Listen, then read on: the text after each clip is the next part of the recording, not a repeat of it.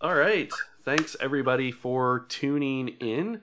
We are here live with the Autumn Crew for our Thursday night Dragon Heist, or Waterdeep Dragon Heist. I always want to call it Dragon Heist Waterdeep adventure as part one of our 4-party mega stream going on here at Variant Rolls. I am your host and dungeon master, MadSci on Twitter. And we are here tonight to play some Dungeons and Dragons with some fine people as we start continue week 6 here. Wow. I can't believe it's week 6 already. All right, so why don't we go around quickly and just everyone remind us who we're playing. We don't have any special guests tonight, although we are going to be short Adalia, who is engaging in some fine civic duty, and so we fully support her in those endeavors.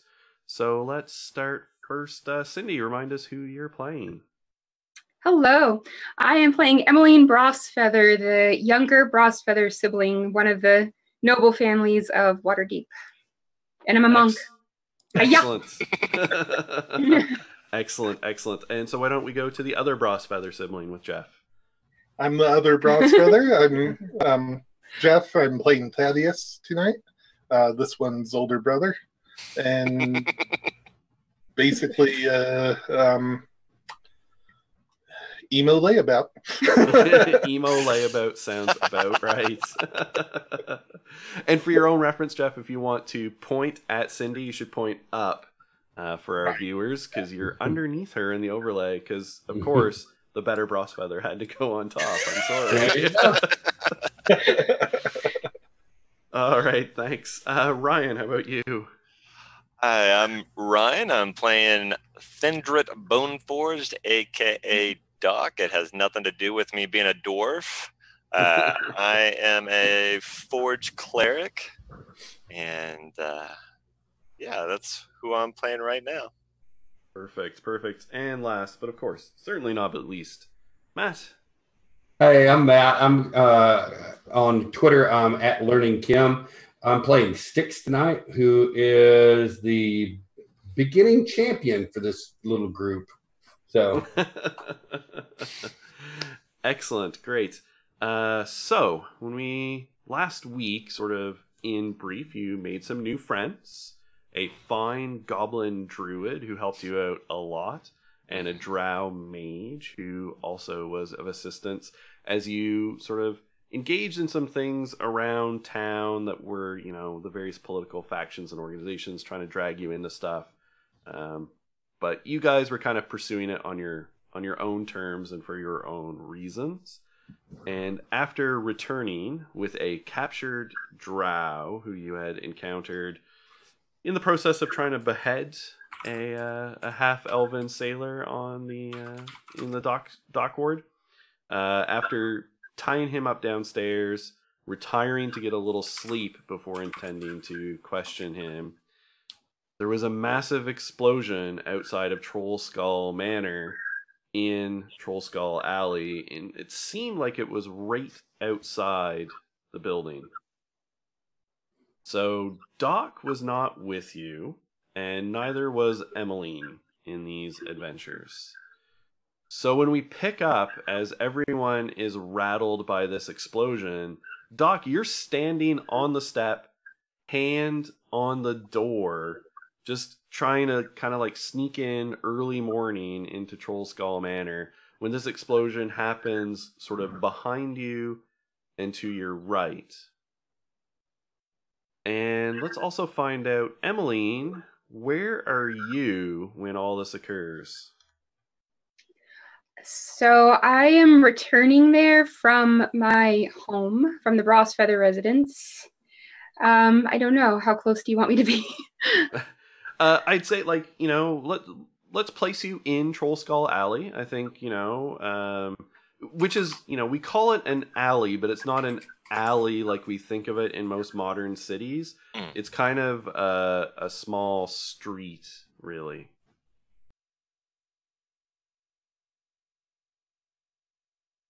Okay. So maybe I'm a block away or so? Yeah. So sort of at the end of the alley. It's probably about a block in size altogether. So that sounds good. And so Emmeline is coming back after. What was Emmeline up to? What kind of state is she in when she enters Trollskull Alley? Euphoria. She's not happy. So as she's rounding the corner into the alley, she's rather jealous of her brother who's been hanging out with the cool crowd while she was requested by her parents to stay home and help host a dinner party. And she's even more pissed off because she discovered that the dinner party was about her and inviting some suitors. Oh, okay. Yep.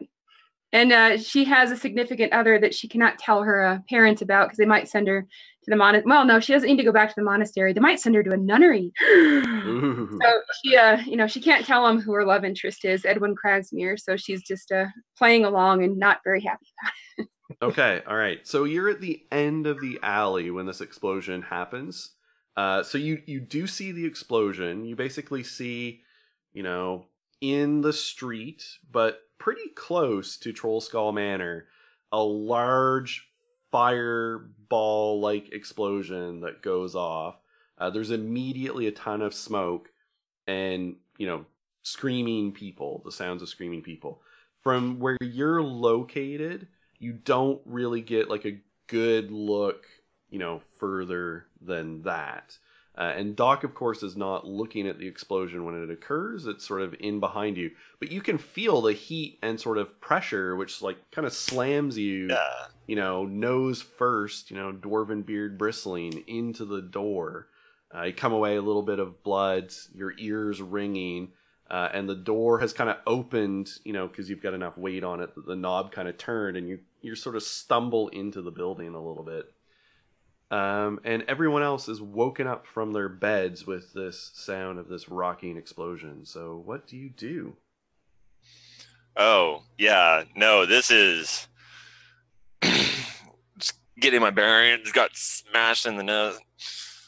Turn around and I say, oh, this is the sundering all over again. And I run out and I'm trying to assess the situation and see if anyone's hurt or what's going on. Okay. All right. How much do I see? Oh, sorry. Go ahead. Sorry. I was just going to ask what I see, if it's just smoke or if I saw Doc get smashed into the door or what. You're probably too far away that you didn't see Doc.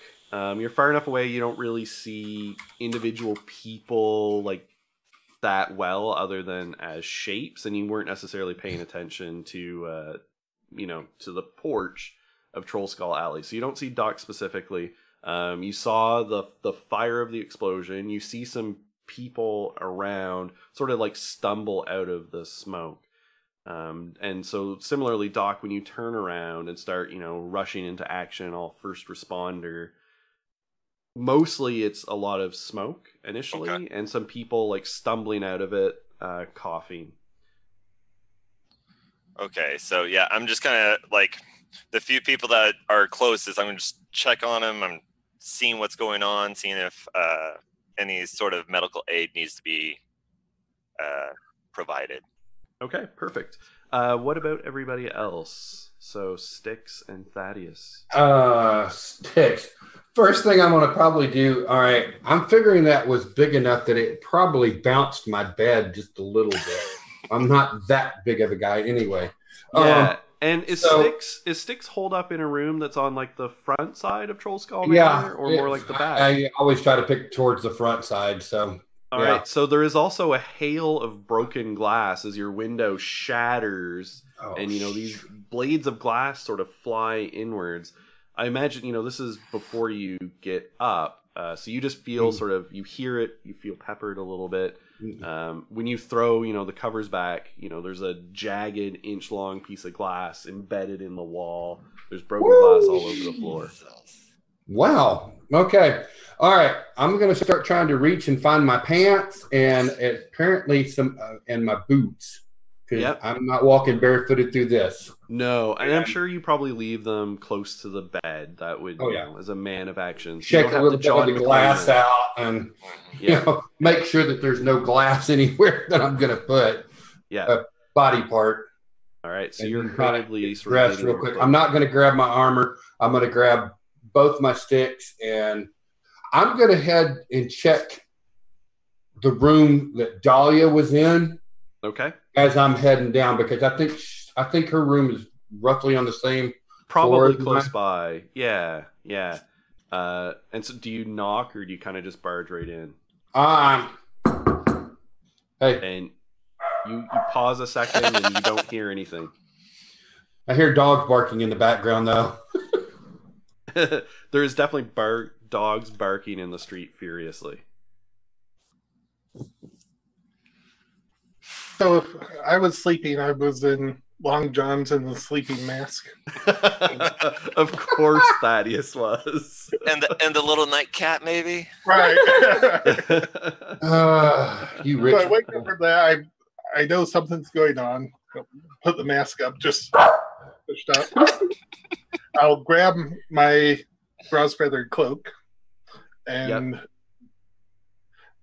because I know something's going on, I'll grab my bow and quiver and run down the stairs. Okay, makes sense. Yes. Oh, sorry. Go continue. Just run down and try to see what's there. Is Doc going back out, or would I run into Doc coming down? Presumably, if you... Oh, no, sorry. Doc's kind of just stumbled in for a second and then immediately ran out into the street. So he'd be already out by the time you get downstairs. Yeah. So we'll circle back to him and Emmeline, because they'll have, a minute or so probably lead on you guys on Let's say, Doc, did you leave the door open or close it? It was... Like I was turning it, the explosion hit my back, launched me into it, busted my nose, and so the door. I'm thinking, I was going onto the first floor, right? Just like the main entrance. Room. Yeah. So I mean, everyone else is piling around because the stairwell's in the back. They have to come around, right?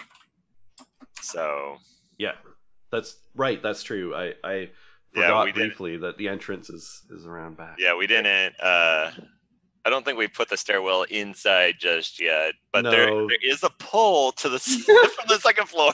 That's right. There is. Yeah, and that's probably, while you haven't had your grand opening, that's probably been installed. So I would imagine Styx and Thaddeus would use that. I would definitely. It's all greased up and ready to go. Yeah. In my long johns and cape. I'm totally picturing Styx though, basically like in his skivvies. Pretty much. That's with bare legs, on, no shirt, and 2 sticks, and his boots, and that's about it. So, this is gangs in New York all over again. Yeah. They're probably not even tied. They're like flopped open. Yep. All right. Of course, everything I'm wearing is silk. So. Oh yeah, silk long. You'll slide real well then. Of course.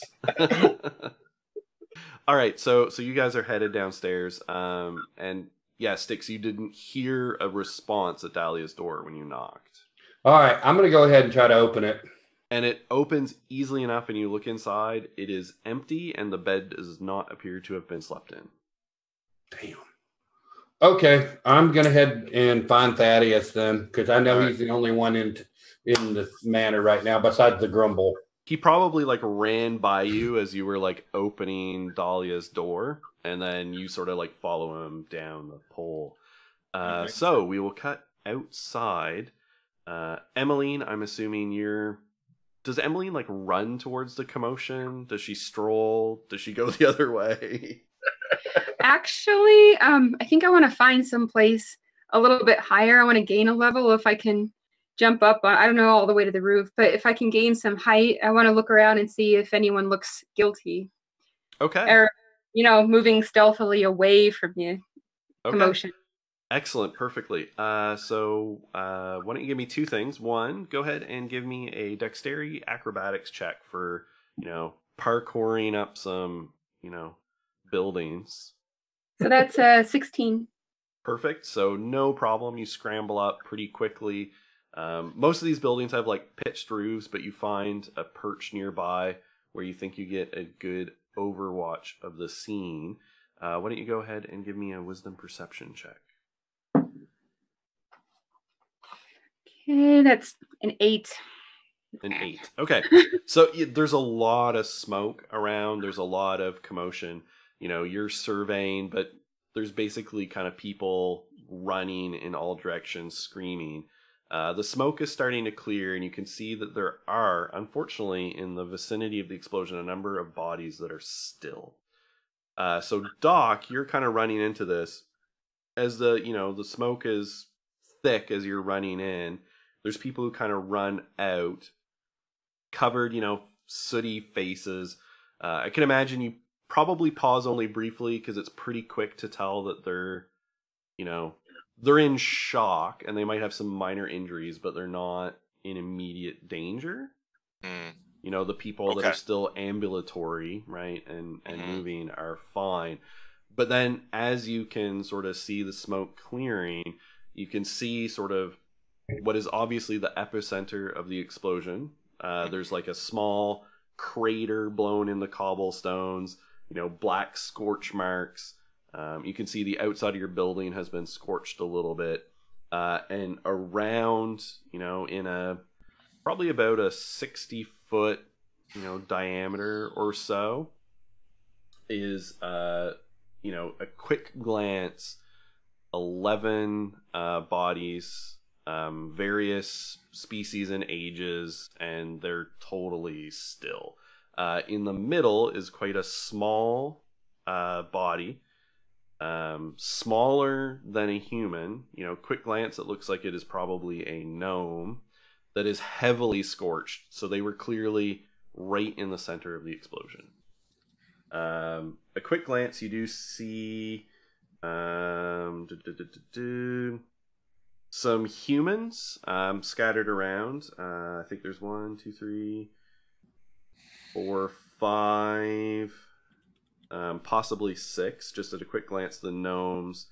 And then there is also kind of clustered around near the outside a group of what you again, just at a quick glance, assumed to have been halflings.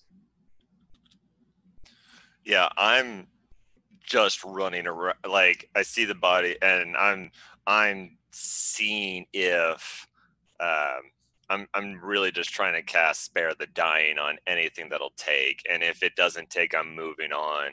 Yeah, and I've touch, go, touch, go, touch. I mean, go, it's like 6 seconds, right? So yeah, and it's pretty clear as you go through that they have all unfortunately already died.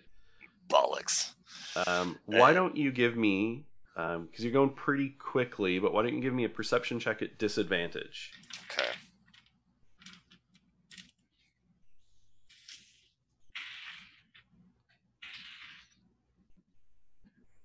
Oh no, I'm going really fast. That was a 1, so a 4. Okay. All right. So yeah, so it's pretty pretty obvious. Yeah, you don't the ringing in the ears, and it's just a blur. Yeah, maybe a little flashbacks to the Sundering, and even then, I was just a young lad of 40 during the spell plague. So I mean, it's a lot of PTSD. Like, yeah.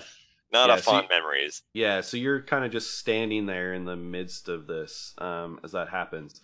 So about this time, as you kind of go through, would be, I think, when Thaddeus and Styx run out into the street. So you can just see Doc sort of surrounded with about close to a dozen bodies, and there are some people stumbling around in shock. And at this point, other people are like exiting their buildings, like all your neighbors, and starting to gather and talk to one another.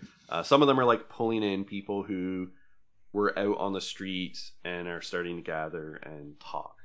Mm-hmm. So I'm going to join them. I'm going to come down and go over to them if I can't see anybody that looks guilty. Yeah, you definitely didn't see anybody that was guilty.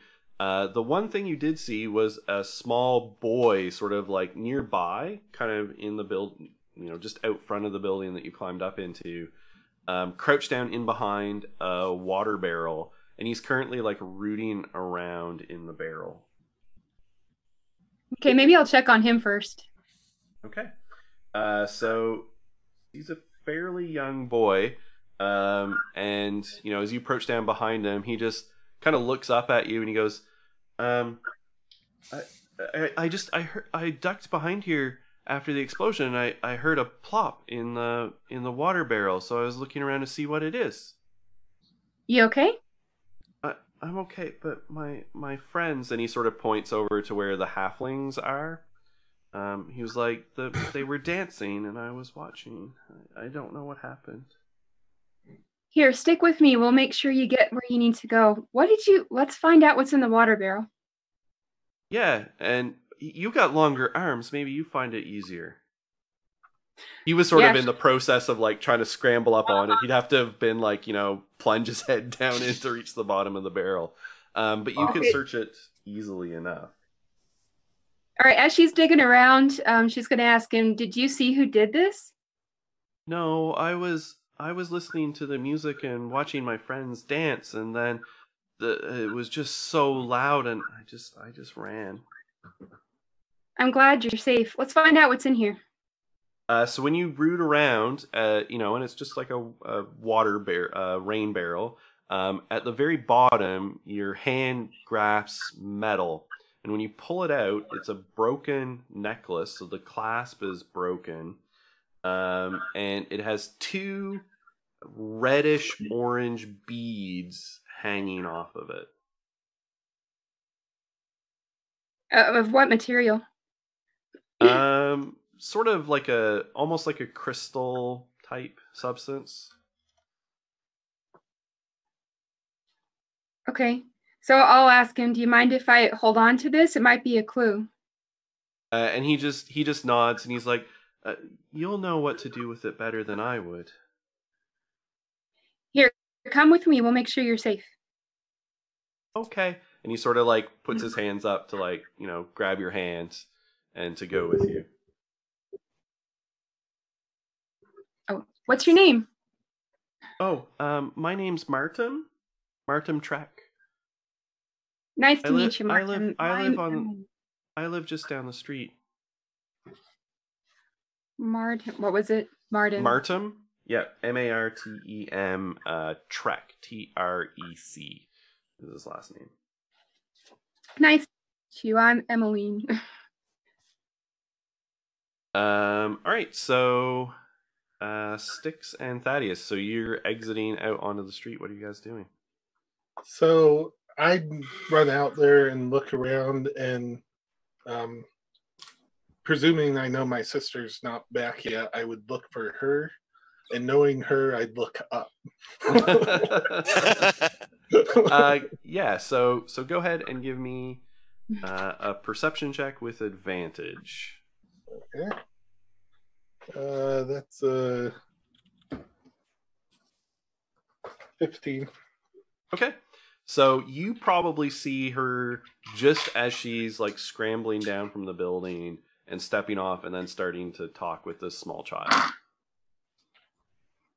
What in tarnation? Whatever. Besides all the destruction, do I see what the other neighbors are doing? Are any of them acting like they look surprised, or? Everyone looks surprised and shocked, I think. People are starting to kind of take care of some of the people who obviously were in the vicinity of the explosion, but not killed and not too terribly hurt. Some people are having, minor injuries taken care of. You recognize, like, Fala has come out of their herbalist shop. There's sort of another, well-to-do, sort of noble woman that lives down the street. She's out talking with some people. Basically, everyone, it's like the car wreck where everyone, or the fire on your street, everyone's now in the process of gathering and talking and kind of looking too, because the explosion's just outside of your establishment and you're the new people. Right, makes sense. The more noble-looking woman, I'll go talk to her and see what she has seen or anything. Or has. Oh yeah, and yeah, she's actually just stepping out of. Sorry, she doesn't live down the street. She's stepping out of the Tiger's Eye investigation place, sort of nearby. You see her coming out, and Trench, the private investigator, is sort of standing in the doorway talking to her as she is then making her way into the street and like going over to a nearby crowd. Okay, I'll make my way towards them. Yeah. Okay. And so she'd look over and sort of look you up and down and be a little confused because, you're wearing like silk pajamas, so money, but also silk pajamas out in the street with a cape and a bow. So she's somewhat confused. And she just goes, "Oh my, this is so shocking. I see you came out. It happened just outside of your establishment, is it?" Apparently it did. This is not at all the neighborhood we expected.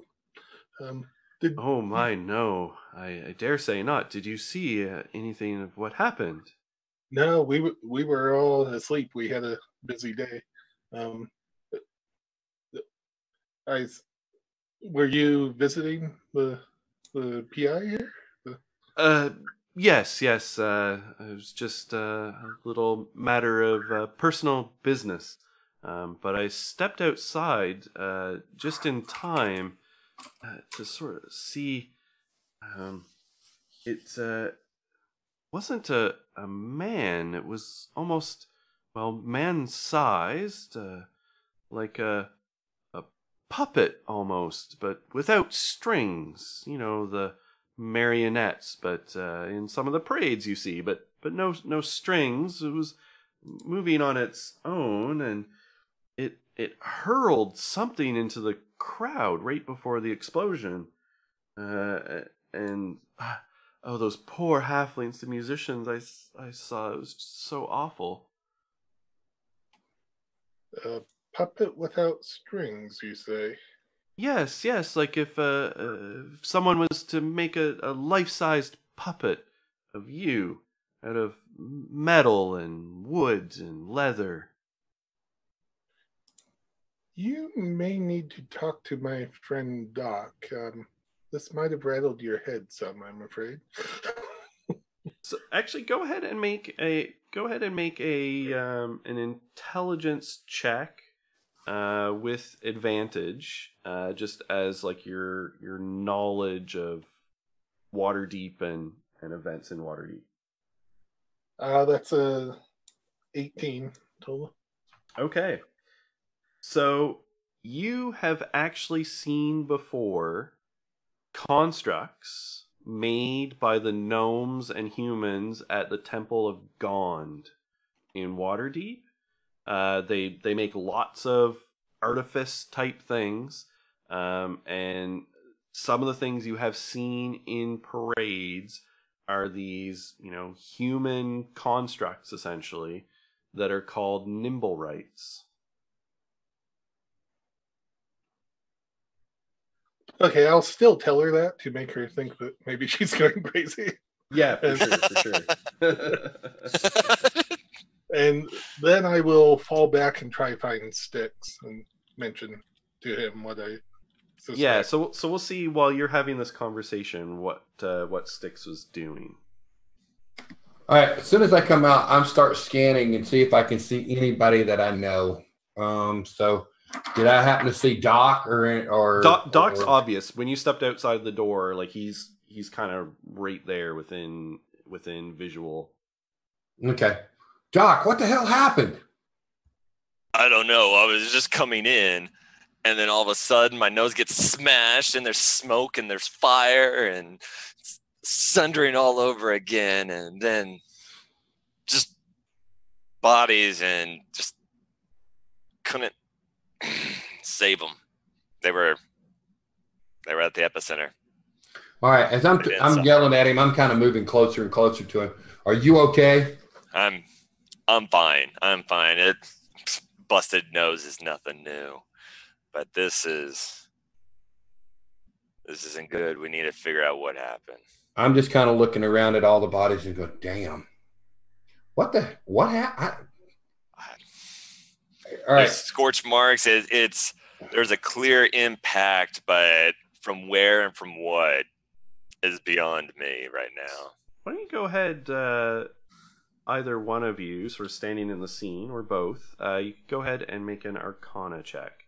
Even though you're not proficient, you have some, familiarity with... All right, I'm going to go ahead and give advantage to Doc, because he's probably got a better Arcana than I do. So okay. So why don't you describe for me how you're... Oh, okay, I got a +1. So. Oh, then it's all you, because I rolled a 3.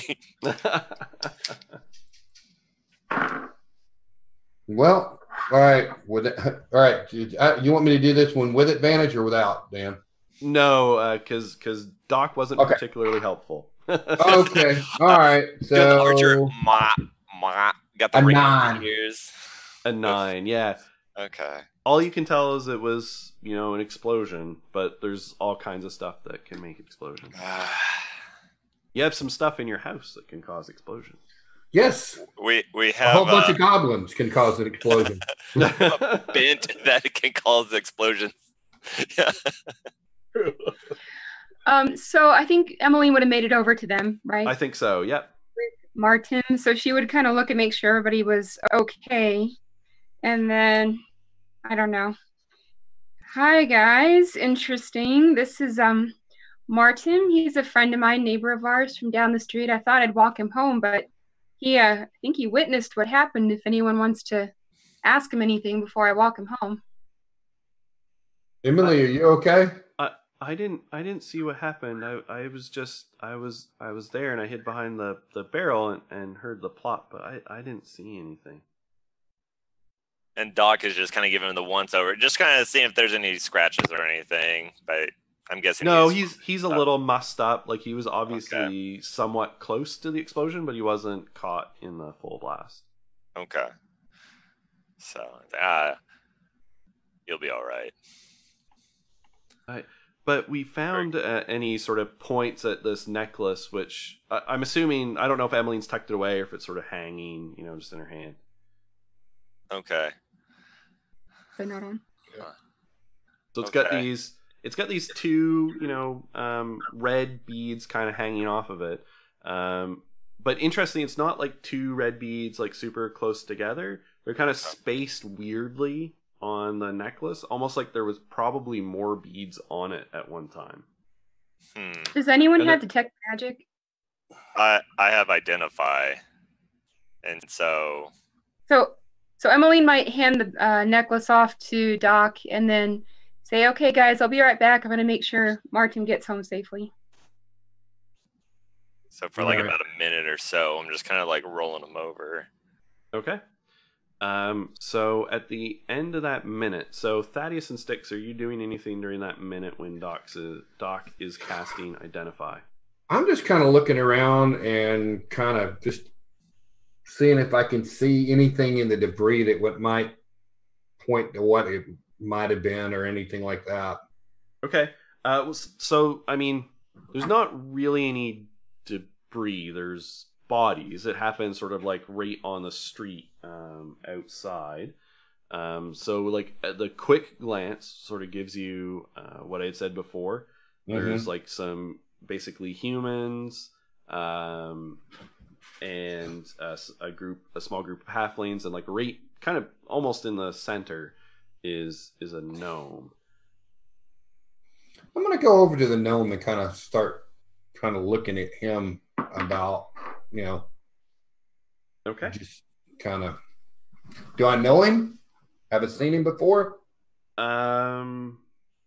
Well, his cloak and everything is pretty badly burnt, and he's clutching a dagger.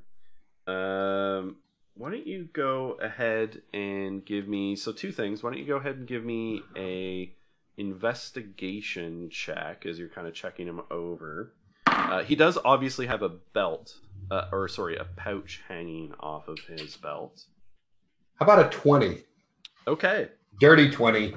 Yep. So So he's got, you know, the belt pouch hanging there. And as you're searching him down, like without even taking it, you can tell it's probably got some gems inside it, just as you kind of like jostle them as you're like kind of patting him down. I'm gonna kind of.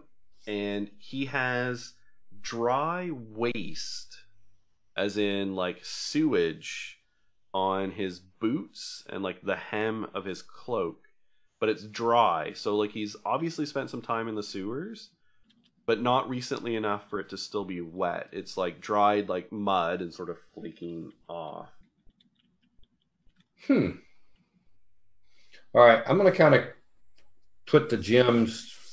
So, I would say in my pocket, but I don't think I have any pocket. yeah, so the pouch is still on his belt. So I will tell you, if you remove the pouch, people will see you. Like there's enough bystanders like rubbernecking that they will see you remove it from the body. So if you want to do it surreptitiously, you can attempt that with a sleight of hand check. I'll try it. Not my forte this time. A 9. Okay. You pull off this pouch and sort of tuck it away. Thaddeus, what are you doing? So I would have been making my way over to everybody just to tell them what I found out about Temple of God. Also looking around for any sign of goblins anywhere. Okay. So I imagine we quickly look, and within your, building, sort of on the top floor, peeking up above the windowsills, where those windows on the third floor survived. They didn't get blown out. They're high enough up. And from like the turret window and stuff. But basically, if you look, every single window has like little goblin heads peeking up and looking outside, like a row of cats, like just. I'd kind of wave at them. It's like, come on, and then when I get to the group, I'll tell them what I suspect about the constructs. Okay, perfect.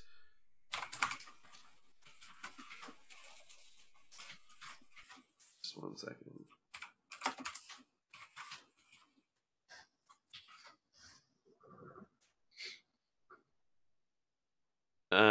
All right.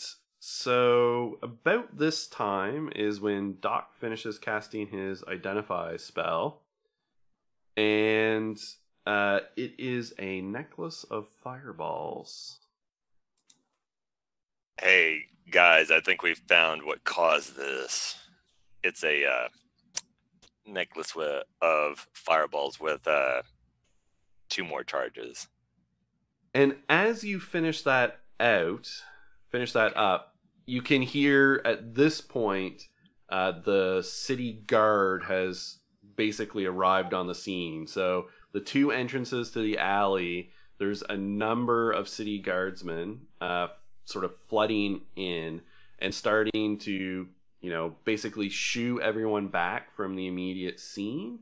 So you have enough warning, when you see them kind of entering, whether you're going to continue to stand amongst the, like right in the crime scene or not. Okay, I'm actually going to go ahead and walk up towards whoever's kind of taking point and just kind of give them assessment of at least letting them know who's he, like what the damage looks like and maybe the cause. Okay.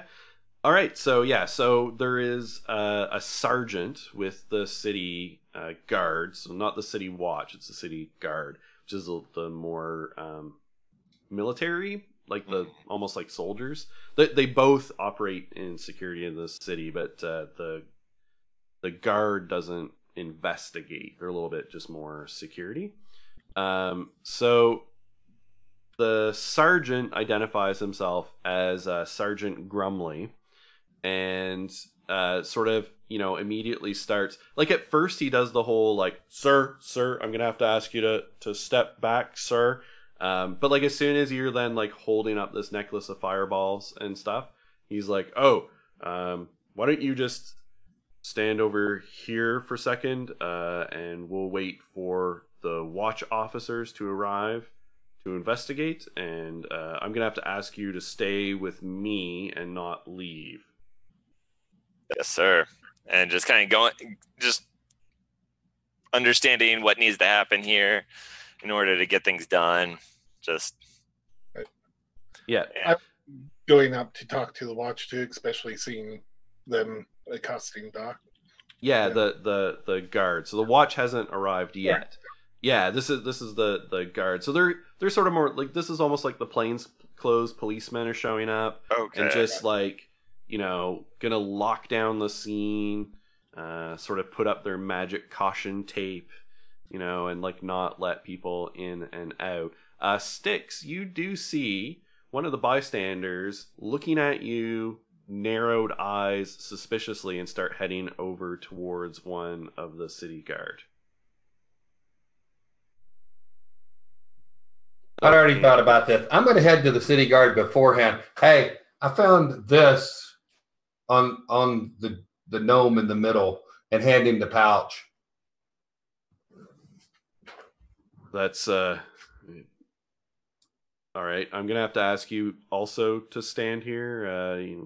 Removing items from the crime scene could be construed as interfering with an investigation and result in a fine and 10 days labor. But I understand, but that's, and I point back at our place right here. That's our house. See all those windows that are broken out? all right. I was So, trying to figure out what was going on. So you stand here with our other friends, and we'll just wait for the watch to arrive and take charge, and I'll turn you over to them. Okay? So about this time, I walk up to and say, "What's the meaning of this accosting my personal guard?" Sir, I'm gonna have to ask you to calm down a little bit here. This is an active crime scene, and guard or not, I'm gonna have to ask them. They have given information, so we're gonna have to make sure that the watch has time to question them. How dare you think that? Thaddeus, Figure out it's what's all going right. It's all right. It's cool. All right. Go ahead and check on the grumble. We'll be all right. So what I want to kind of look around the streets as I'm taking Martim home and see if anything else is out of the ordinary. Okay, excellent. So why don't you again sort of go ahead and give me a perception check.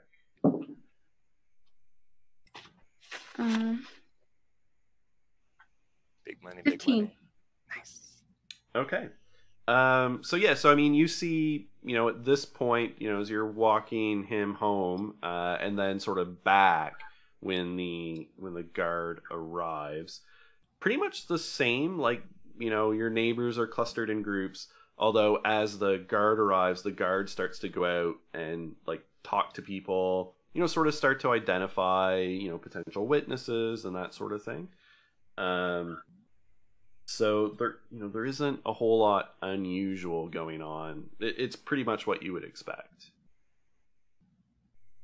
There's a griffin sort of like circling overhead, like the PD helicopter, with one of the Waterdavian guardsmen on top. But after takes about 20 minutes. The guard sort of keeps everyone there for about 20 minutes when the city watch finally shows up. So 2 individuals kind of lead the city watch. There's a tall, sort of late middle-aged or, like a slightly older, maybe like mid-50s human male, sort of blondish hair going towards gray, a little bit of a beard. He's got a sword belted at his side and the badge of the city watch. And there is a shorter individual in front of him, a little bit more rotund, in purple and gray robes with a necklace on, who looks clearly like a mage, and he has the badge of both the City Watch and like the Order of Magus and Protectors. And he seems to be in charge. And then behind them is like 20 City Watch officers who just flood in and start like knocking on doors and start questioning people. But the two in the lead come straight over to Sergeant Grumley and yourselves. Kind of. Time you show up here, we're rudely interrupted in our sleep outside of our establishment here. What kind of service are you providing here? So the shorter, sort of a little bit more round guy in the purple robes, and he's got like a little bit of a walking stick and glasses on. He's got a blonde beard and like mustache that like curls up at the ends. He comes over and sort of just puts his hands on his stick and peers over his eyeglasses and just says, now. Barnabas Blastwind, at your service. City Watch. The Noble Order. This seems to be quite a thing that has happened. I'll be taking charge. Thank you, Sergeant. Your men can continue to maintain order here at the scene. Now, young master, what seems to me that maybe you all have some information you would like to tell me on the matter of this investigation. Oh, I would say so. I am Lord Thaddeus Browsfeather, son of Lord Orbis Browsfeather. A pleasure. We have recently acquired this property here and have been converting it into sorry, not that property. Never mind. into a place to better this neighborhood, and then this happens. I don't know why we even want to be here. We've been investigating around a little bit just to find out who is attacking our property. Yes, well, if you think someone is attacking your property, I would have to ask what manner of business you are getting yourself into, Master Browsfeather. We are making donuts. And I don't know why anybody would. Why would someone want to attack a donut establishment? I don't know. Maybe it's a tough market here. That's for you to figure out. Yes, well, I intend to proceed with my investigation, and I will kindly ask you to not interfere. Too many unexplained variables in the equation does not make for a good investigative result. Oh, absolutely. We have no intention of interfering. We were just trying to gather some facts until... Excellent. So what facts have you uncovered? Doc? Well, may I? Absolutely. Looking at yes, Thaddeus. please. So I kind of tap Doc on the elbow and kind of shake my head just a little bit before he starts talking. We need some representation.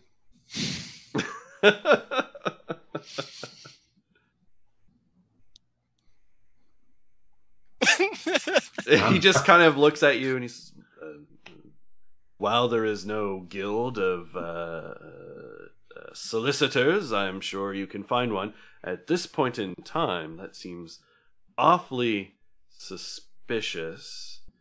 And I will remind you that interfering in an official investigation is punishable by up to a 200 gold fine and up to a 10-day of forced labor. Sir, he meant no offense. We were not born with silver tongue. So I'll as clearly as I can explain what happened, the blast, the bodies, the gnome, and then end it with, and we happened to come across this that was dumped soon after, and show him the necklace of... Yep. And he sort of fireballs. puts his hand out like for you to turn it over like evidence. Mm-hmm. And he sort of looks at it. Interesting. A necklace of fireballs. This is interesting. And he sort of, tucks it into a pouch. Well, you will all kindly unless you have anything else. I guess you did mention the puppet man. And did Styx turn over the gems? I've turned over the gems already. Okay, to the sergeant. Right. That was his peace offering when walking up, right? Yeah, when I saw the lady eyeing me, I thought, yeah, better come clean quick or I'm gonna get it killed. So. Okay. All right, good. So he says, in that case, I will continue my investigation. I would ask you to return to your establishment and remain there. We may have further questions for you. Only, a temporary inconvenience, and then we will proceed from there. Understood completely. As long as you do your job quickly, I'm sure things will be satisfied quick. Yep. Keep my people out of it. So as Emmeline comes around the corner, does she see all of this going on? Oh, yes. Yep. Absolutely. So she doesn't come any closer. She just kind of walks out. So she's just going to kind of take a walk around the neighborhood. And now, if I was to see her, I would have been going. Yeah, kind of everyone just like, move. Yeah, don't come. Go away. Yeah. So I don't think she ever heard about the construct because she wasn't with them long enough. But I think she's just going to walk around looking for anything unusual. Okay. At some point in your wandering, you would definitely be approached by one of the city watch who would start to question you. Like what you're doing in the area, if you're from here, did you see anything, that sort of thing. Okay, so then let's see. She'd say that she was from or going to the establishment AD&D on the other street over there, and that she was trying to see a neighbor child safely home since there was some commotion, and she wasn't quite sure if it was safe to go back, so she was, wandering around looking for other neighbors. Yeah. Okay. I think they would buy that and sort of let you go. They'd get your information and all the typical things in case they have follow-ups, anything like that. All right.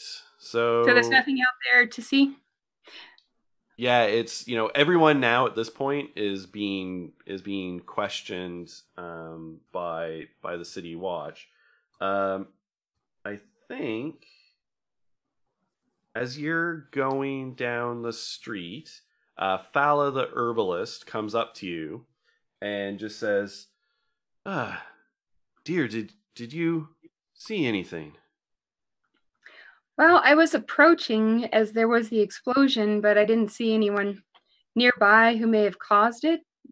Did you notice anything? Well, you're the part of the new owners of the manor.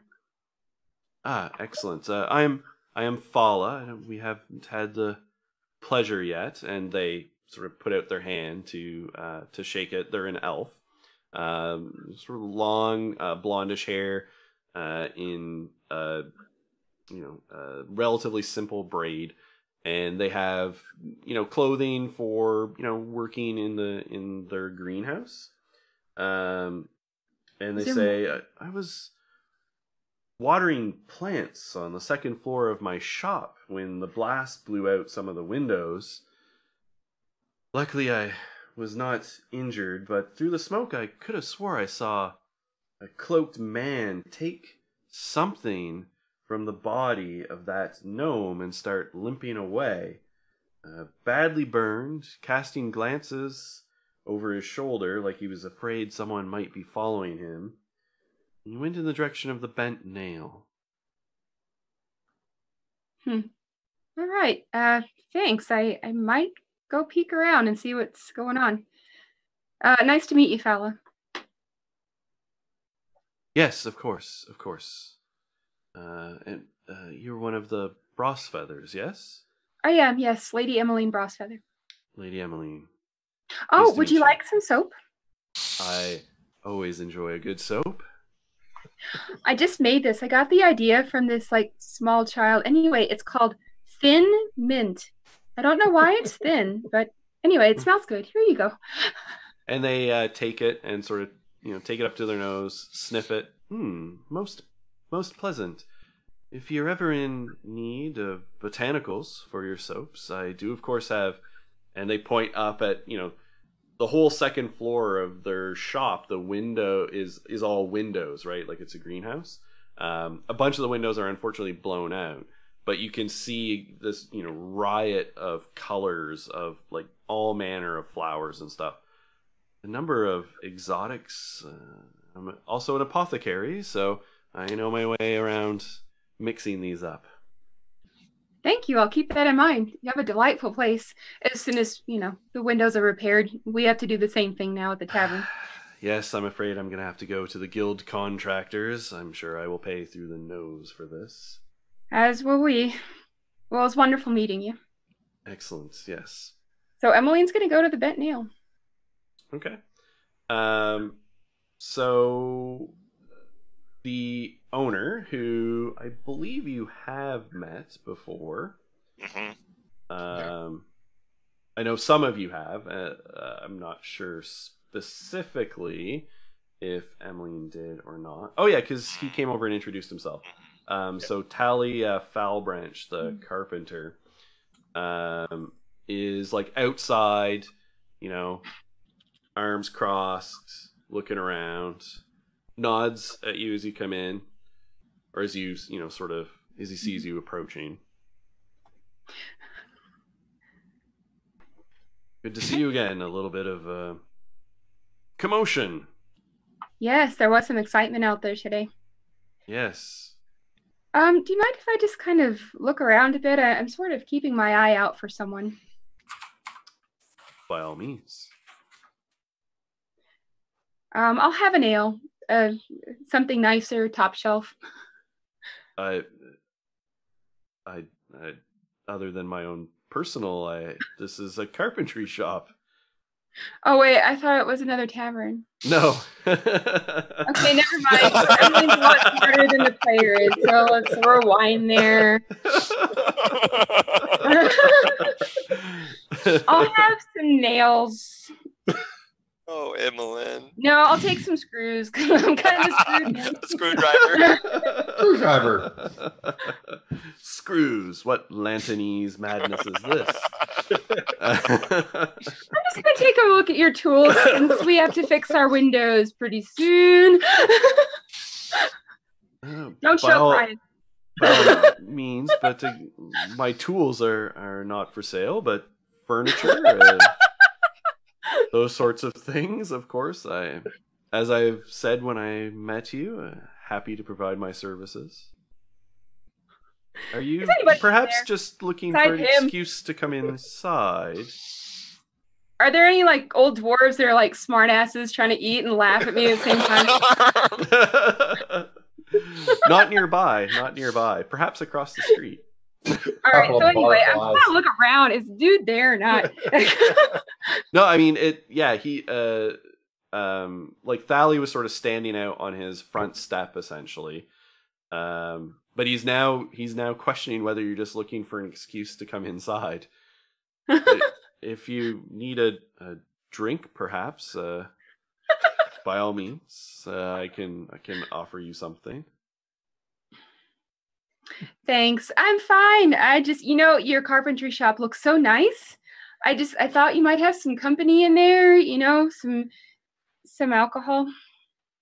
I do have some alcohol. Sadly, no company. Okay, thanks. Have a good night. Give me a perception check as you were sort of like standing around and like surveying the area. Wow, that's a great recovery. I got a dirty 20. Okay. Could have used that before. Yeah, there's a conveniently placed puddle sort of at the entrance of an alley that would lead sort of in, around, and behind the Bent Nail. And there's an obvious like boot print in the alley and some like, watery, muddy footsteps that go down the alley. Okay, well, I have to recover somehow, so I'm following Freaking footprints. All right. Shut up, Ryan.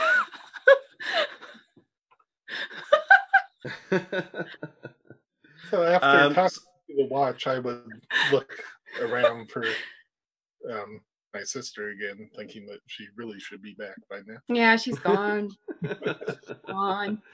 And you sort of just follow the steps around the alley, and they eventually sort of peter out. So it looks like somebody did run back this way, but sort of vanished into the smaller alleys and lanes and left the area via this route. Okay, well, I will go back and usefully communicate that information. All right. So are you guys all gathering inside?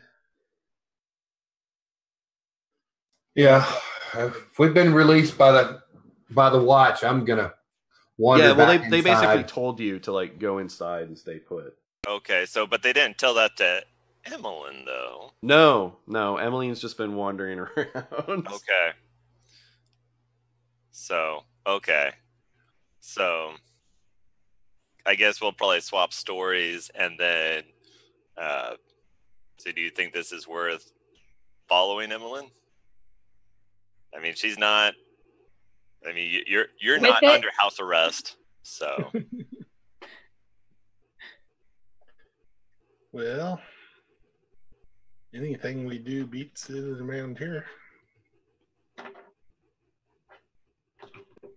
So, I guess the rest of us have to stay here until the watch comes back. Yep. Okay. Probably so. I want to go ahead and cast Enhance Ability on Emmeline. Okay. If she's going to go out and search. Boy, she's gonna need it. So I'm trying to decide between wisdom or intelligence. Both. Oh. Oh God. I guess if she's looking around, we'll go with Al's wisdom, which gives you advantage on wisdom checks. Thanks. So. All right. So about when you're finishing casting that, there's a knock on your door. All right, she sneaks out the back way. Oh, through the sewers? Oh no! Isn't there another back way? You could climb up the pole and then go out the back, and then go to the second floor and then out the back door. Well, that's what she's doing then. Okay. Can a monk get up a pole, or do you want me to roll something? I think you could. Well, how quickly you get up the pole, I suppose, is an issue. So go ahead and give me an acrobatics check. We're trying to shut her up. So that's a 10. Acrobatics 10. Oh yes, and I have been reminded. Yes, there is actually a door out back of the kitchen as well. She's still going up the pole. Didn't think about that door. We all panicked. Yeah, you get up to the second floor and the grumble is all concerned and sort of impeding your progress, but you eventually sort of get out. And so are you guys opening the door? Eventually, yes. I'll go open the door once I see that it's relatively clear. Mm-hmm. He's like, it's my sister's butt right up there. Whoa! All right, excellent. Okay, so when you open the door, Barnabas is standing outside. Ah, very good. Have you made any progress? I have. I must say, this gets rather curious. Tell me, do any of you recognize this gnome? Was he carrying a dead gnome with him? Is that what he did? I mean, No, but they're do you know this gnome? No. Do they have pictures in D&D? Do you know this gnome? No, I should have phrased that better. Because he knew that Docs and Sticks at least had sort of been inspecting the scene. So he's referring to the gnome, the dead gnome from the explosion. So whether any of you recognized him. Can't say that I Never did. seen him. That's one of the reasons why I was over there, because he looked like he was in the middle of the blast. So I was just seeing if he was a neighbor or what. Indeed. Well, no one else seems to recognize him from the street, but he appeared to be headed to your establishment. Heading here? By my survey of the scene, he appeared to be running here when he was killed, rather with extreme prejudice and no short of collateral damage. I do believe the only gnome that we have had any business dealings with is that rider chap. Ah, yes. Olo, often mistaken for a gnome. Not actually a gnome. Yes. No, I do not recognize that one. I have no idea why he would be coming here. We aren't even open yet. Interesting. Tell me, do any of you, he sort of looks around, sort of peers at everyone intently, have any associations with the Zentarum, perhaps? I do not, no. Make a deception check.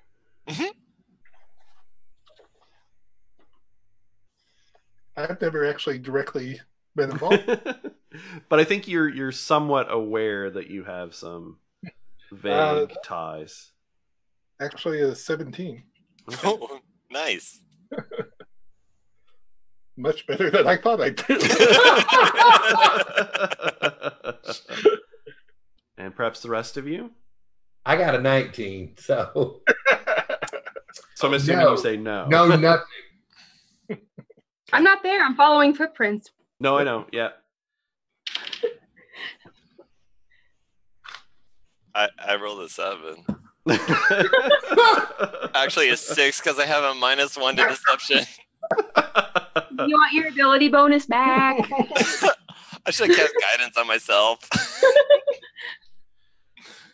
Well, I'm finding this whole thing rather suspicious. Emmeline, as you kind of pop around the side of the building, you right in the middle of the street is one of the city watch. Hey, you there. Shut up. Hi. What are you doing? Oh, Sneaking I'm about. Lady Emmeline Brosfeather. Have you seen the elf, that owns this carpentry shop? He's so handsome. He just sort of narrows his eyes. Well, Have you met him? He's so nice. Is he in? have not. No, I am searching this side of the street. I have not yet encountered a carpenter. Oh, he works over there. That's great. My question was what you're doing. Oh, I'm just looking for him. So I'll be on my way. Just knock on his door. Is that all right? Make a persuasion check. You're supposed I'm to look doing over there. so well. At least I know it's a carpenter shop. It was a 1. Excellent. So the city watch officer is sort of just immediately suspicious of you. I'm gonna have to ask you, and at this point he kind of looks over and sees that 2 of his city watch superiors are standing there. I'm gonna have to ask you to come with me. Oh, can I just go check on my elf first? No. Oh, I'm Lady Emmeline Brosfeather, and she shows him the signet ring. Excellent. I'm still gonna have to ask you to come with me. All right, sure. Would you like some soap? I'm afraid I'm not allowed to accept gifts while on duty. Oh, all right. Maybe after. That could be construed as bribing a public official. Well, I mean, I know it smells great, but it's not money. I mean, it's handmade soap. That's all right. Nevertheless, me. the gifts and emoluments clause. And so he sort of starts going up to the front and calling for Barnabas. Master Blastwind, this one was popping out of the alley of this establishment that I see you are interested in. And he sort of like pops back and looks over. Ah, yes. So what I With see, you. Yeah. yeah. So I would come out. Why, Emmeline? What are you doing out there? You know, I am sorry, officers. We usually try to keep better control of her. It's so boring around here. Let me go find the elf, okay? What kind of ridiculous headwear are you wearing? Our mother made me wear it. I forgot I had it on.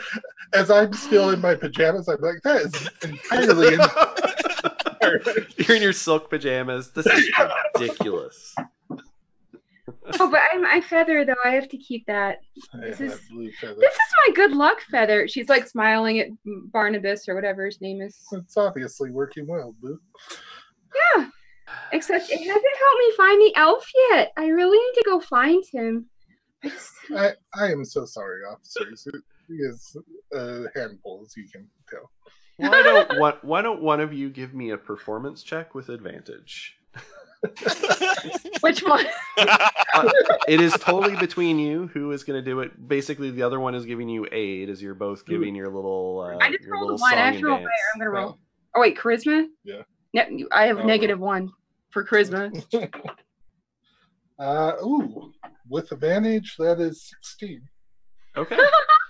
So Barnabas sort of just does this like harumph sound and looks he looks quite suspicious. And he sort of just makes it known that he's going to continue his investigation. They've cleared the scene, so at this point, like sort of all the bodies have been taken away. And he says, "I'm sure we will be able to find out more as we continue the investigation with the aid of our friends from the temples." That sounds so boring. I'm gonna go, Thaddeus. Okay. I don't want Consider to. yourselves. Sorry, am I intruding? Just Kind some of. family squabble. Please ignore it. Please do your job and keep us informed. If you have any more questions, we would be happy to answer. I will. Boring.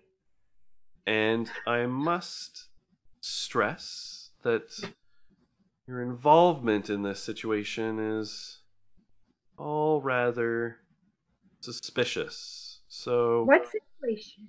I suggest Is it suspicious to have your own establishment blown up? the watch. How is it suspicious? We had something blow up outside of our house. Look at my nose. I didn't do this on purpose. Yes. Nevertheless, I will keep you informed. I suggest you all keep your nose out of trouble. Well, except for Doc here, we are pretty good at that. Yes. Oh, I get it because his nose is in trouble. And he sort of just starts shaking his head and like turns and walks away. Okay, I'm gonna go for a walk now. Okay, bye. Okay, bye. All right. Pepper, talk down to me again. Oh. All right. So what are you guys doing? I don't know. I honestly don't. I have no idea. Are we in the house arrest? You're not. No, you're not under house arrest. It was sort of just the like, don't leave town and keep. Your nose out of Okay. trouble. Yeah. All right, so is he gone? Barnabas, whatever. Yes. And at this point, like the city watch is sort of cleared out. They've finished up the last of their questioning, and like have taken the bodies away. You enjoyed that, didn't you? All right, I'm going to go follow these footprints. Is anyone coming with me? I mean, So you actually you absolutely like lost the footprints. Oh, okay. Yeah, you sort of like got to the end of the alley, and by that point they had totally faded out. So what was the ability help for? Not to get well. I don't know. It was to hopefully follow that trail and then got not intercepted. And then you got That worked well. intercepted. That worked very well. It lasted an hour. So we're still good. You want to go? So you're still good. I'm going upstairs. I'm going to get some clothes on. Oh yeah. Now that is a reasonable idea, Sticks. Oh, but you all have so much dignity standing around in your pajamas. Well, I'd kind of like to get a shirt. It's a little chilly. You want to know about the tiara? No. You want to know about the dinner party that you missed? Oh, please, no. No, you're right. You don't. When that starts, I'm going upstairs. I'll go check on the grumble. We all just kind of disperse while they start getting into it. So like this sound just fades, and then it's a bunch of suitors. Did you believe it? They came the nerve of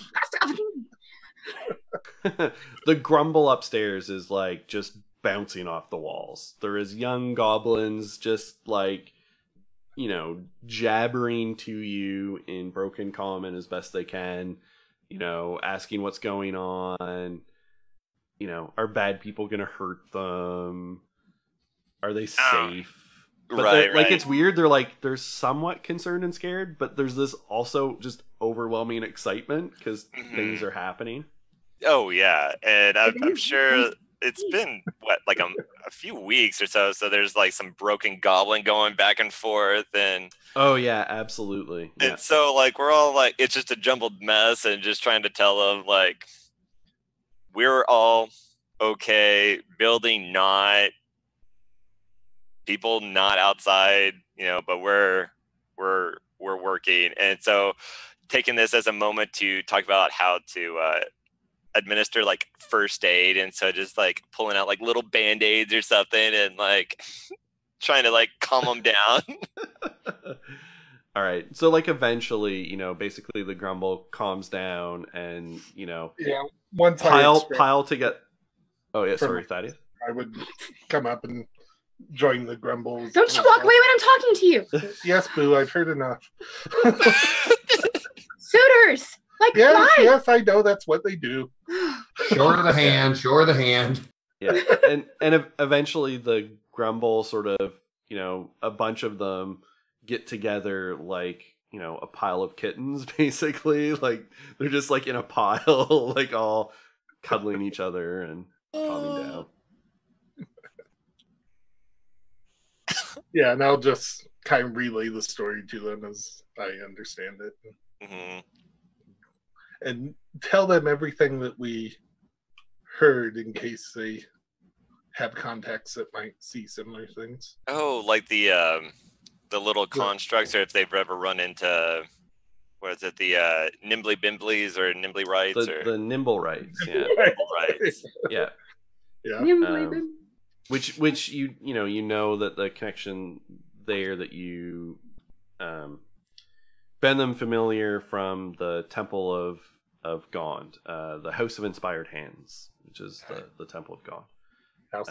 Doc would probably be relatively familiar with it because that's kind of like Forge adjacent. Gond would have craftsmanship and the Forge as part of his domain portfolio. Right. Leans more towards like constructs, clockwork, you know, that sort of thing, but I think it would be pretty similar to a lot of stuff you're familiar with. Well, once you guys are dressed, I'm guessing you guys are dressed now. Well, since we didn't have a chance to follow that trail, maybe the next best thing is to see what the gnomes down at the Gong have to say about this, if they have any AWOL nimble rights. And to be fair, Emmeline lost the trail. Oh, okay.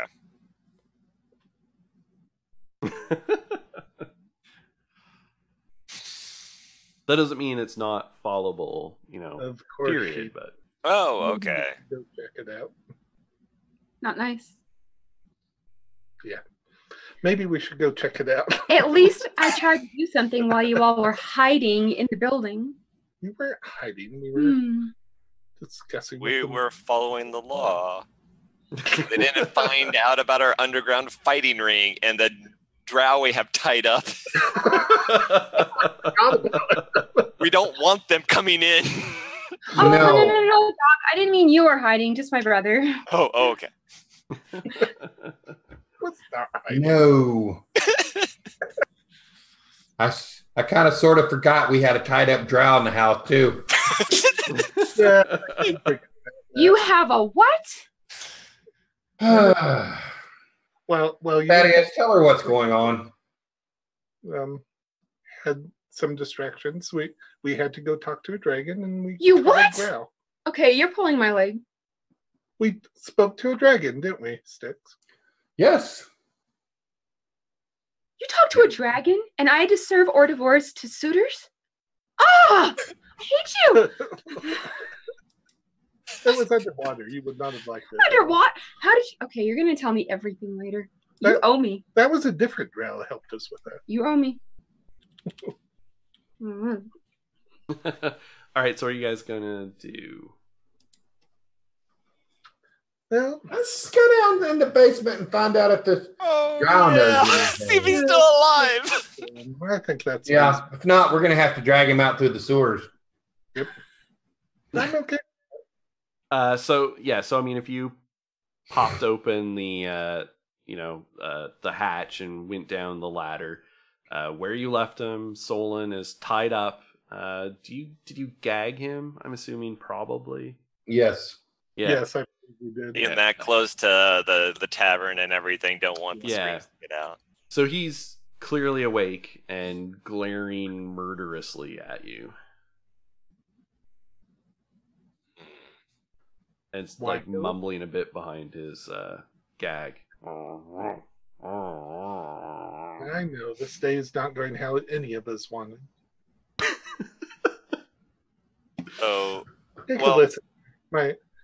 My buddy Stixer is going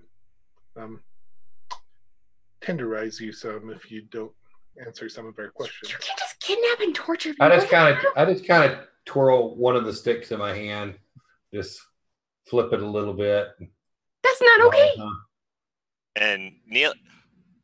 I don't really have to kneel down a whole lot to be eye level, but at the same time, You probably just walk straight up to him. yeah. Do we need to interrogate him, or do we just need to tell him that the job is done and have him come pick him up? Wait, how do you know what's going on?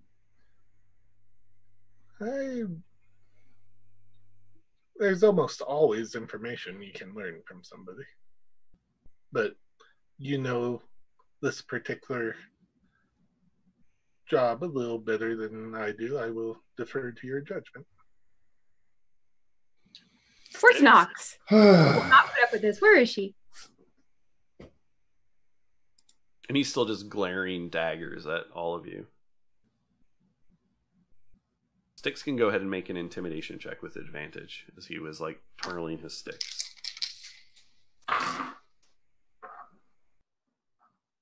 All right, looks like 11.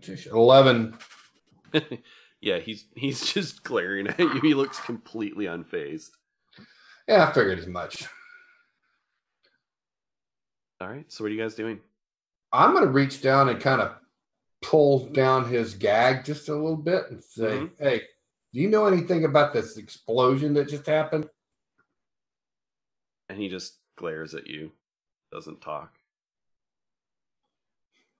He's got that like little sardonic, like the corner of his lips are turned up in like a little bit of a grin. I don't think Not we're going to say much, huh? I don't think we're going to get anything out of him. He sort of just spits at your feet. When he does that, I'm going to take the butt of my stick and just pop him right in the middle of the chest. He sort of like gets rocked back a little bit, coughs once or twice, and just resumes the same smile looking at you. Mm. Just for added measure, I'll go ahead and pull out a pair of manacles and slap those on him. and then you sit tight. And where's the yawning portal in regards to the the temple? It's fairly far away because you have to leave the North Ward, and yeah. Is that on our way to the temple, or? That is a good question. Just out of curiosity. Which I can answer possibly.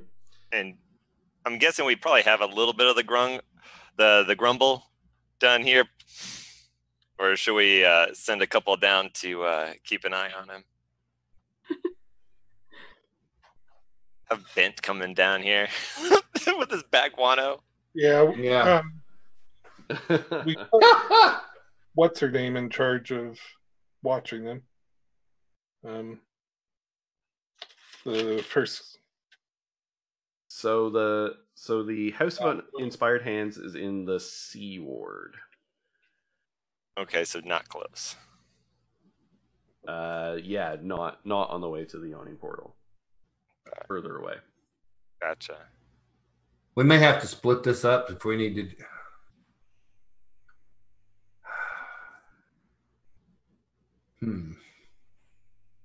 I really wish you'd have given it. I'm gonna step back away from this guy before we start talking. Okay. Yeah, we can probably just go back up. Yeah, I'm gonna regag him. Yeah, and we're gonna head back up. Okay. All right.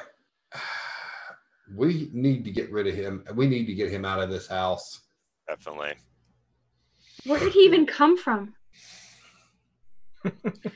Not here. All right. What happened? Elf killer. We were contacted to help find out who was beheading elves and half elves around the docks. And we came across this dude who was attacking one of the half elves. So we just kind of took him down and brought him back. I mean, couldn't you just turn him in?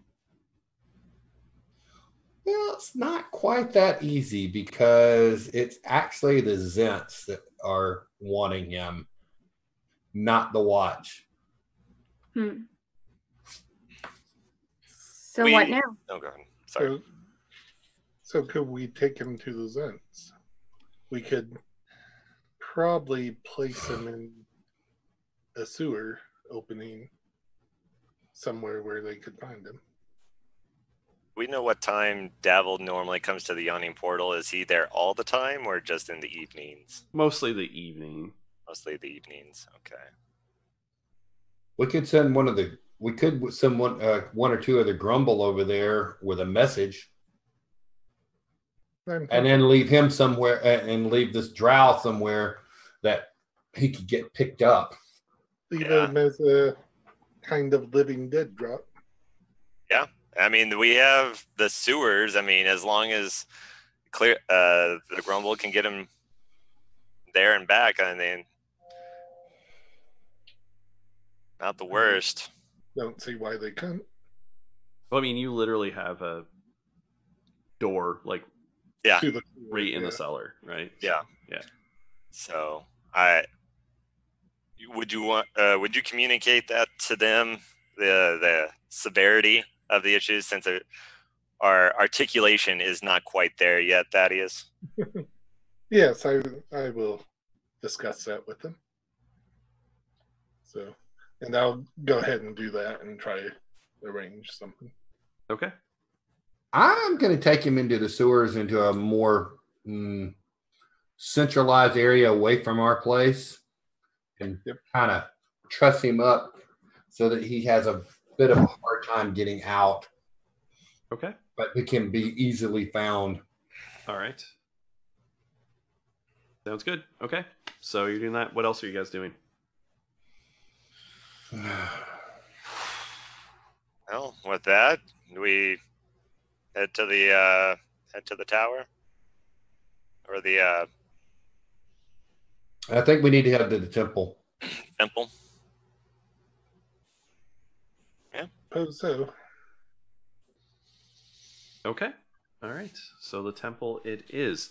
All right. So you make your way through the city. It takes a little while. You're going all the way from the north ward back down to the sea ward. So you're crossing most of the The route city. Emmeline just came from. Yeah, pretty much. She's like retracing her steps. And so you eventually find your way. It's easy enough to navigate and find it. So you find your way to the House of Inspired Hands. It looks like the cross between a temple and a workshop with the symbol of Gone, which is a toothed cog with like 4 spokes on it, like a gear, displayed prominently above the large doors. But you can see on the top, perching on the rooftop, the silhouette of a humanoid shape. It extends its arm towards you, releasing a tiny metal sparrow into the sky, which does a few kind of like loops in the air, sort of like loop-de-loops around, and then veers right towards you, and I need you to roll initiative.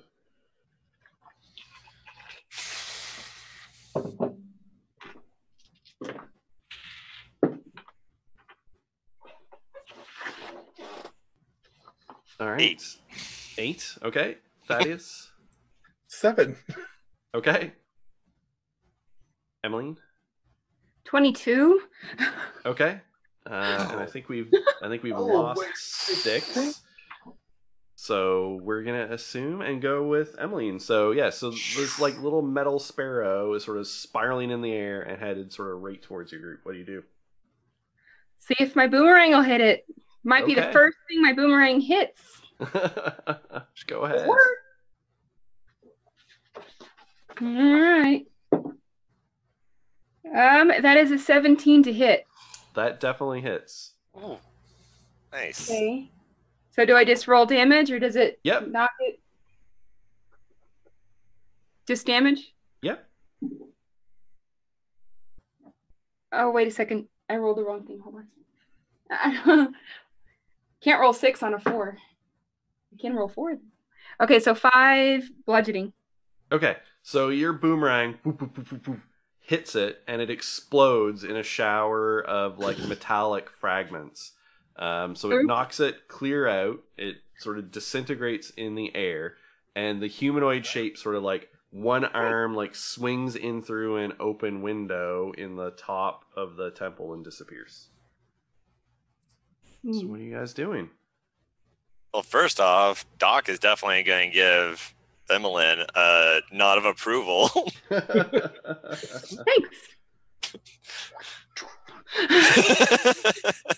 And then I guess we'll go ahead and mosey our way in. Okay. Emmeline, is there any way you can follow where that guy went at the top of the temple? I'd love to. Is there a way she could? So it would be obvious. You would have like it's the middle of the day. You would have a person like climbing up the facade of a temple in the Sea Ward, in like very public view. On second thought, Boo, maybe that's not a good idea. So you absolutely can. It's up to you whether you think that's a good idea. I guess I won't now. Another time, I hope. Perhaps. I love climbing things. All right, Perhaps so a more traditional entrance. Like the All front right. door. Exactly. Boring. All right, so you push open the doors and enter the main. Actually, you don't have to push them open because they're actually open already, because it's, you know, pretty public to come in and out of temples during regular daylight hours. The main hall is abuzz with activity. There is priests who have their like vestments on and the holy symbol of Gond walking around doing various things. Some of them actively like tinkering and working on little objects kind of as they walk and chat with one another.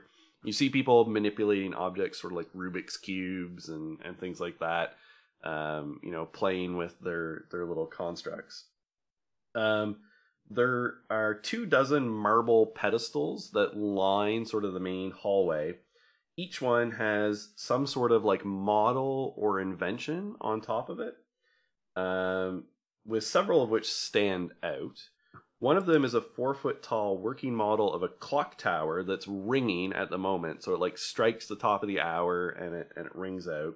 It's made of wood, iron, bronze, and glass, brass bells, and delicate hands formed from solid gold.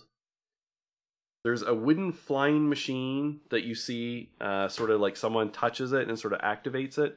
And these wooden wings like flap, making it levitate and sort of hover in place over the pedestal. You walk by a miniature model of a mechanized dragon turtle with a brass plate affixed to it that says Big Belchy sank in Deepwater Harbor on the Day of Wonders in 1363 DR. There is what looks like a little helmet with metal arms and hands that kind of fold out from it. It looks like if you put it on, they would slap you in the face. Not sure what that is.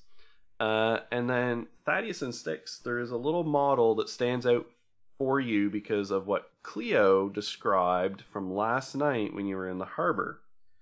There's a miniature model of a red submarine shaped like a manta ray. There's a brass plate affixed to its pedestal that says, The Scarlet Marpenoth, Lantanese Submersible, launched in 1489 DR. Which is 3 years ago, because it's currently 1492, the year of 3 ships sailing. I'm not making that up. Of course. That is from Percy's mouth himself. Well, yeah, and actually, I mean, the names of those were decided a long time ago, of the various dates in the Dale Reckoning. But as you come in, a dragonborn priest with bronze scales walks up to you as you kind of approach, and you guys kind of stand out. There's people coming in and out, but you don't look particularly like worshippers of Gond, except maybe Doc. Because he looks like a craftsman, I think, when you're, doing your stuff. And if you've got your holy symbol out, she'd probably recognize it. Yeah, and after the blast, I went ahead and tossed on the chainmail. Yeah, you're in full cleric regalia. Yep. Okay. So she bustles up and says, yes, excuse me, I am Valletta. How may I help you?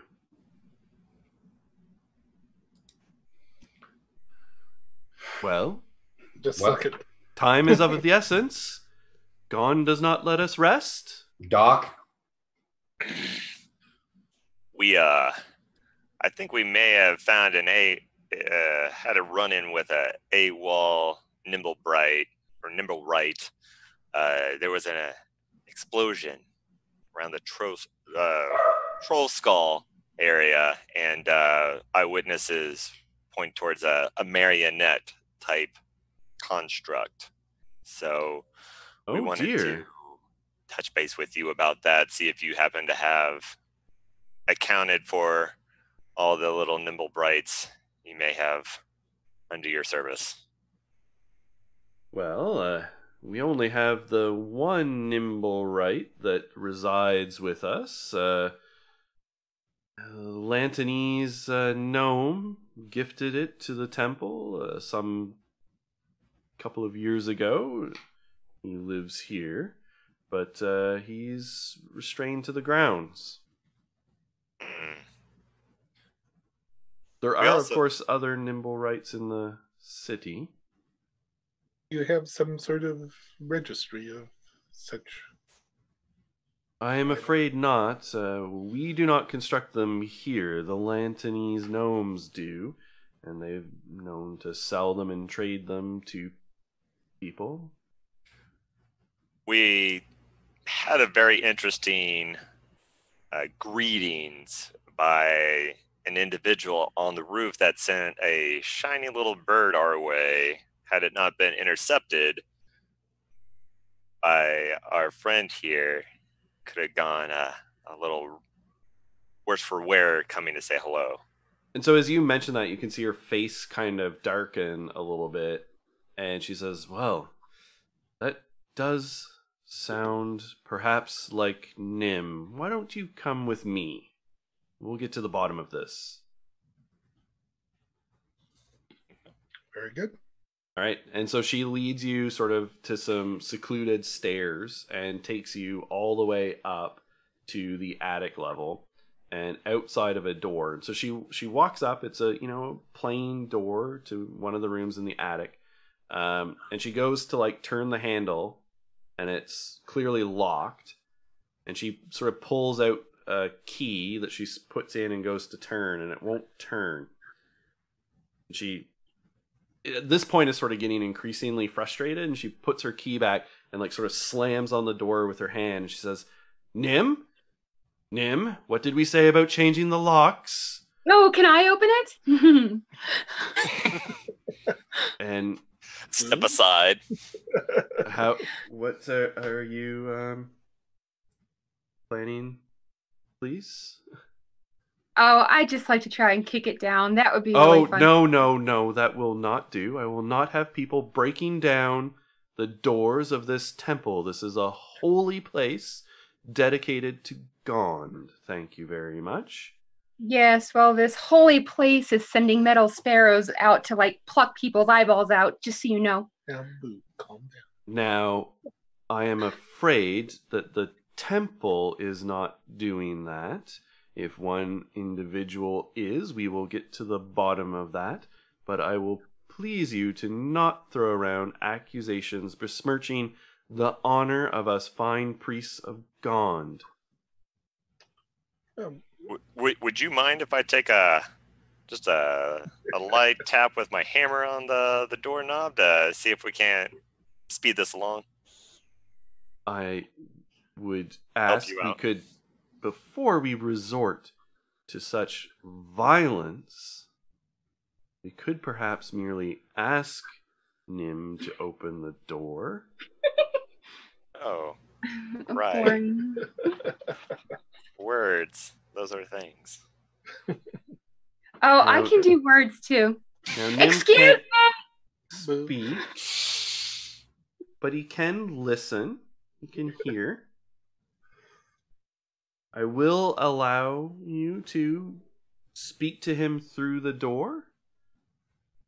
You wish to try and convince him to open it? Oh, this should be entertaining. Oh, I got it. Excuse me, would you like to open the door, or would you like me to kick it down? No, this is not how we negotiate. Apparently it is. Why don't you make a persuasion check? And Valletta sort of chimes in and she goes, now Nim, it is easier. I'm not mad, I'm merely disappointed, and I would like you to open the door. So you can make that roll with advantage. Oh, I get advantage? Wait, yes. Me? Yeah, Valletta is helping you. Mm-hmm. Okay, I'll take the first one, which is an 18. Okay.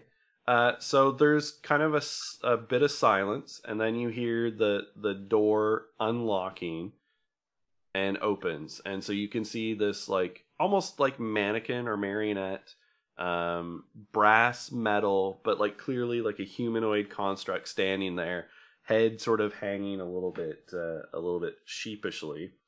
And he turns and walks in, and sort of Valletta like bustles her way in and is like haranguing him about the lock.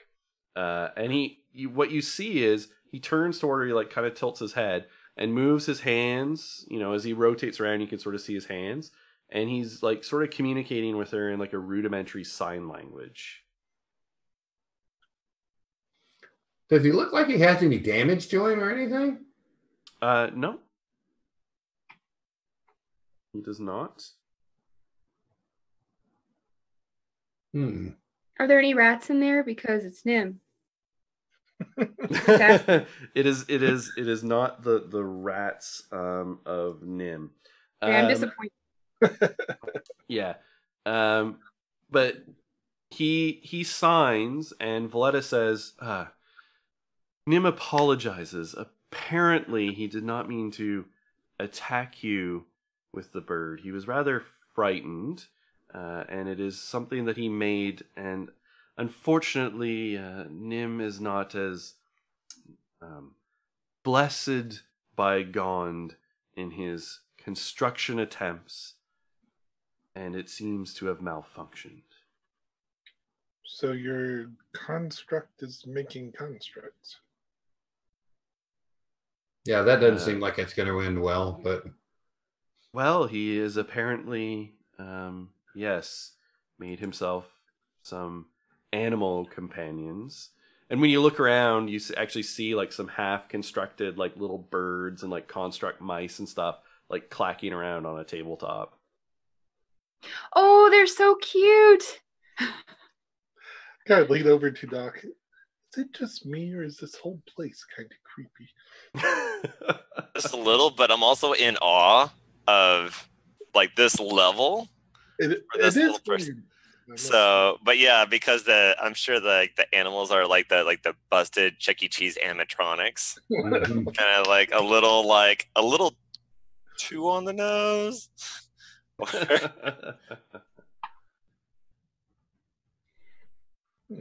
So,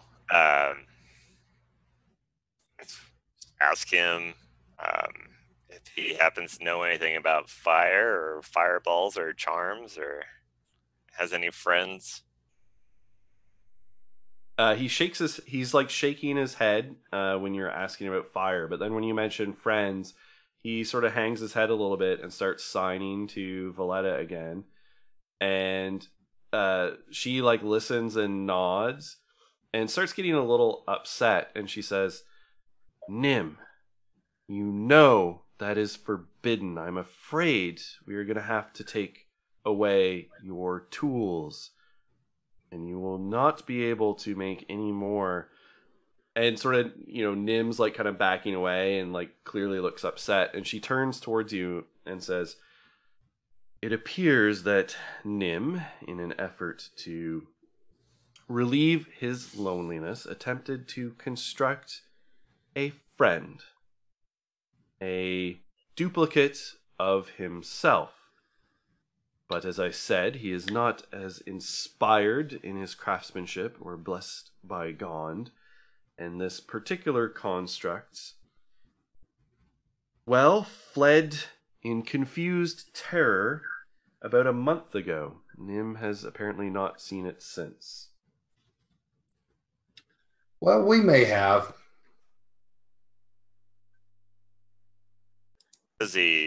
Would he know where it would have gone, or and Nim how to get a hold of it? And Nim sort of signs again, and Valletta at this point is like gathering up his, like she's going around the room angrily, like scooping all of his like constructs and tools like into a crate. Wait, as she's doing that, Emmeline tries to pocket one without anybody seeing. Make a sleight of hand check. Okay.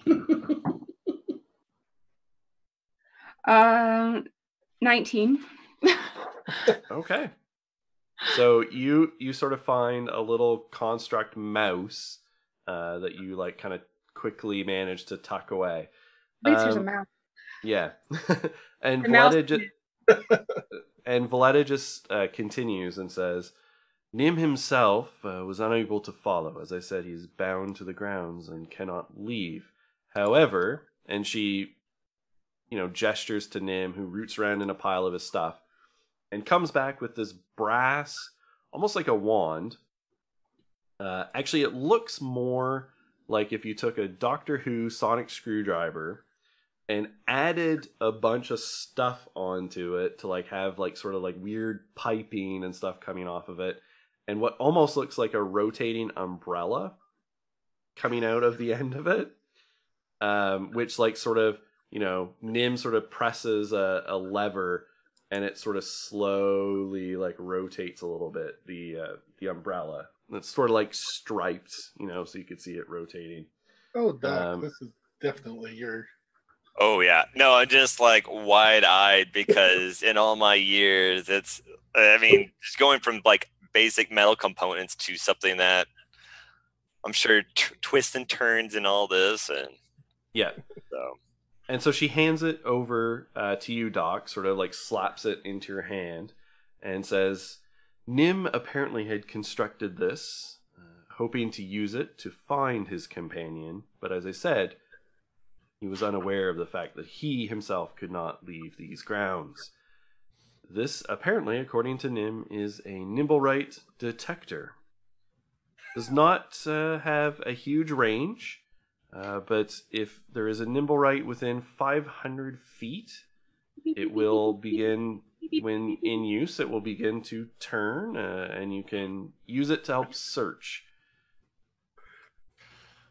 Thank you. Thank you for this. And as I said before, I will remind you, there are other Nimblewrights in the city. Is there... How do we tell them apart? How do we find the one that we're looking for and not abscond with someone's paid for Nimblewright? Yeah. So she turns back to Nim and says, Nim, did you mark it? And she kind of turns to you and sort of does the aside as she's asking the question. As she's like, most constructions, most makers put a mark on their constructs. So perhaps Nim, attempting to emulate a more refined craftsman, and Nim sort of signs some more details, and she nods. Yes, he did apparently, on the back of the head, small, near where the nape of the neck would be on a human such as yourself. He engraved a symbol much like this, and she taps her holy symbol of Gond. Although he drew it, how would I describe it? Deconstructed. It's sort of split apart into 4 individual components. All right, very good, very good. One of our compatriots couldn't make it, but I feel like Dahlia, and looking at the others, would appreciate if we offered friendship and possibly a drink to you and Nim. Oh, absolutely. Well, Nim, as I said, cannot leave the grounds, and he's going to be a little punished for the moment. And Nim sort of hangs his head. It's like, oh. But nevertheless, I do feel a certain measure of responsibility in this. If you do manage to find the other Nimblewright and can return it to us to make sure that it is properly fixed, perhaps, if possible, or we would happily offer what reward we can. Very good, very good. Would you be opposed to a couple of goblins keeping company? We are part of an outreach program. Goblins, you say? They are quite friendly. We have been their social graces. And you mentioned the outreach program. So someone go ahead and make a persuasion check. Thaddeus. Okay. Better not be me. And you would have advantage from Doc's assistance. That's actually pretty good. That's 16. She thinks about it for a minute and she says, well, as they say, Gond's blessings come in many forms. Perhaps we could take on initiate or two who is inclined to learn the ways of Gond as a devotee here at the temple. We have a couple in the Grumble that I think would be quite suited to this line of work. Hopefully that would help solve your problem of a lonely Nim here. Yes, perhaps actually that would be something that Nim would enjoy. I think that's a thing we can make happen. You mentioned there's other Nimblewrights in town. Do you know by chance what sort of people or families would own such things? Families such as your own that can afford them. As I said, they only come from Lantan, and Lantanese goods and constructs are not inexpensive. They're quite well known, yes. So it would seem if we found an nimble right in places you would not expect to find, such as myself and my sister. Yes, although even then, not all nobles have them. I would be shocked if there are more than a handful in the city. Yes.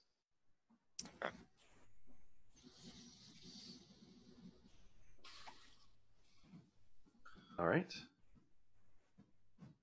Oh, we can't hear you. Oh. Yeah. I just thank you for your assistance. Most appreciated. You're quite welcome. Please, if I can be of any more assistance, merely If come we're by. if we're heading out, Emmeline wants to sort of be at the back of the group, and she's hoping to sort of get behind her back and hand the mouse to Nim. Okay. Go ahead and make another sleight of hand check for me. Okay, that's 17. Okay. So you do, and you can hear a little because he doesn't make any noise. But he probably, when you slip it in and you're sort of like walking a step ahead of them kind of thing, he probably like reaches and sort of just like taps you on the shoulder in acknowledgement. Okay, so then, she kind of puts her hands down so it's not obvious, and then she says, "Bye, Nim, it was nice to meet you. If you think of anything that would help us find your friends, let the goblins know." Excellent, great. All right, as we're walking out too, as we walk by the little submarine thing, I kind of tap Thaddeus and kind of point to it. Look familiar? Indeed it does. You think we ought to ask about it now? I think so. I'm just, what's the story behind this? And so if you ask Valletta, she would just tell you that it was a Lantanese submersible. It had won a design contest and prize for, not like they didn't build it, the Lantanese did, but it had won a competition, sort of like basically the equivalent of like an adult science fair, among sort of various temples of the House of Gond. And so they've got like a little version of it here. And she says, yeah, it was built and launched 3 years ago, but where it is now or who owns it, she has no idea. Maybe, might know. So, all right. Shall we? All right. Okay. Well, let's just head on out. Okay. Excellent. All right. So you guys wander back into the city.